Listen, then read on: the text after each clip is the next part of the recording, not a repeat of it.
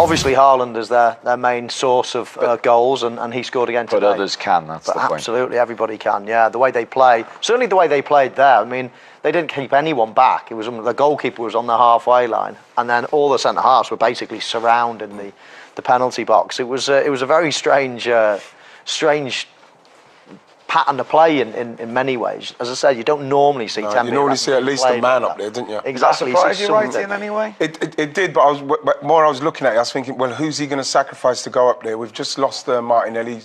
Jesus came on, and we probably need him on that left side as well to help Miles Lewis-Kelly. But I was thinking, we need to give them a break, because even when we used to do that in training, you know what I mean, you was able to kick the ball up so the defence can come up and have a breather. They never had a breather. They didn't get a rest. And you know, normally you think to yourself, you keep it more compact, you push them to the wings, but you have one person up there at least where you can get it out there. He can maybe go up, hold it, get a foul, get something to give you a breather, get you up the pitch. But we didn't do that.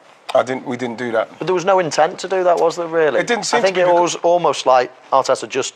Because I said, as we were watching, I was saying, it's almost like City's best chance of scoring is if Arsenal clear the ball and they actually chase the ball, and all of a sudden they're out of this block, and then City can count.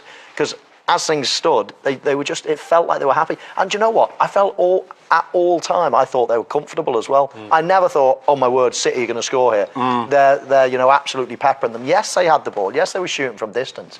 But I never thought Arsenal at any point were out of their comfort zone. It felt like they were in control, even though they were defending. Again, like it's when you look at the goal, it's the one time. It is, yeah. You know, you look at it and you see all of a sudden there's space there and there's space there. You didn't see that before because they kept it so condensed. You know, that City couldn't. Even when the ball came to people on the edge, you think, can he shoot?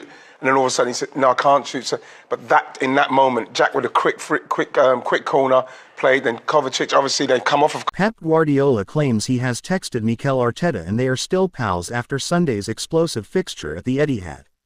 City's players laid into Arsenal, accusing them of excelling in the dark arts after their 10 men were only denied victory by John Stones' 98th minute equaliser.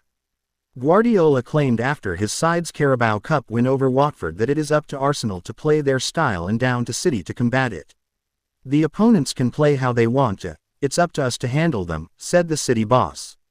With Mikel, we texted each other. The relationship, it doesn't change.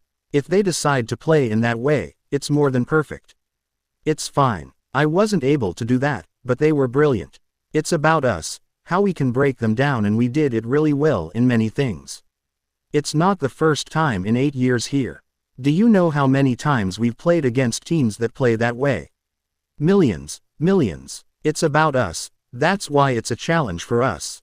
The fallout from Sunday, including Rodri's serious knee injury, overshadowed Tuesday night's match, and City were strolling to victory before Watford scored 4 minutes from time.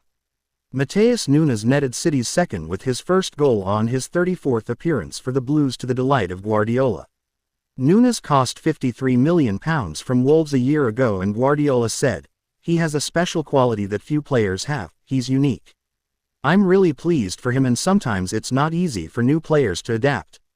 Watford boss Tom Cleverley was pleased by the character his side showed after losing 4-1 to Norwich on Saturday and conceding early. They showed backbone and we pushed the best team in the world all the way, he said. Watford's suicidal defending didn't help them in the 5th minute when they passed the ball in their own box, inviting City to nick it and score the first goal. James McAtee nipped in and pulled the ball back for Jack Grealish, who squared it for Jeremy Doku to fire home right-footed.